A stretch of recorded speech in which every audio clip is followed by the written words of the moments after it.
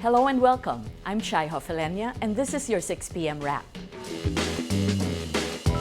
Will Philippine President Benigno Aquino and Chinese President Xi Jinping meet during the APEC summit to discuss issues? In an APEC news conference Thursday, Ambassador Marciano Painor explained the possible discussion between Aquino and Xi. China was the previous host. We have what we call a troika, and this is a normal practice amongst the APEC economies who are hosting. Usually in the middle is the host, previous host, future host, and that's the so-called troika. And normally they are seated together. So the opportunity for the President and President Xi Jinping will always be there. Xi is set to visit the Philippines from November 17 to 19 to attend the APEC summit. But earlier, Painor said the cardinal rule in hosting APEC is, in his words, don't offend your guest, a reason why the South China Sea dispute is off the agenda when Xi arrives.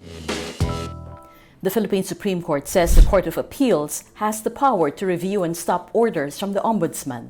This upholds the CA's order in March 2015 to stop the first suspension order against dismissed Makati Mayor Junjun Binay. At the time, Ombudsman Conchita Morales insisted on the suspension, saying the CA had no right to intervene in the case.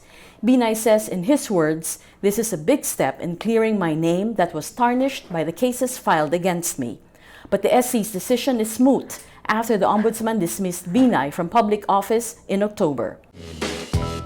Militant leaders face criminal charges for allegedly beating up cops during President Benigno Aquino's final State of the Nation address. PNP officials say a cop, quote, sustained life-threatening severe internal head injuries. One of the leaders being charged insists the cases are fabricated and without basis. World nations strike a landmark deal on using satellites to track flights.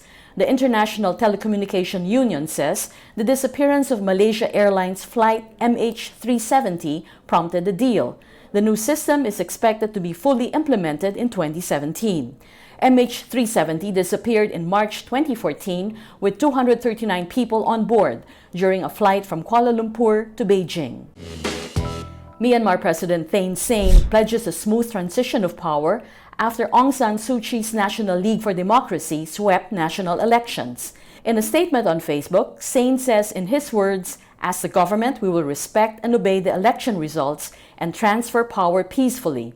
NLD achieved landslide victory in the 1990 elections, but the junta ignored the results and tightened its grip on power. The NLD won 256 of 299 seats in Myanmar's elections, the freest in decades. That's your 6 p.m. wrap. Watch your updates daily at 12 noon and 6 p.m. I'm Chai Hofilenya. Remember, tomorrow begins today.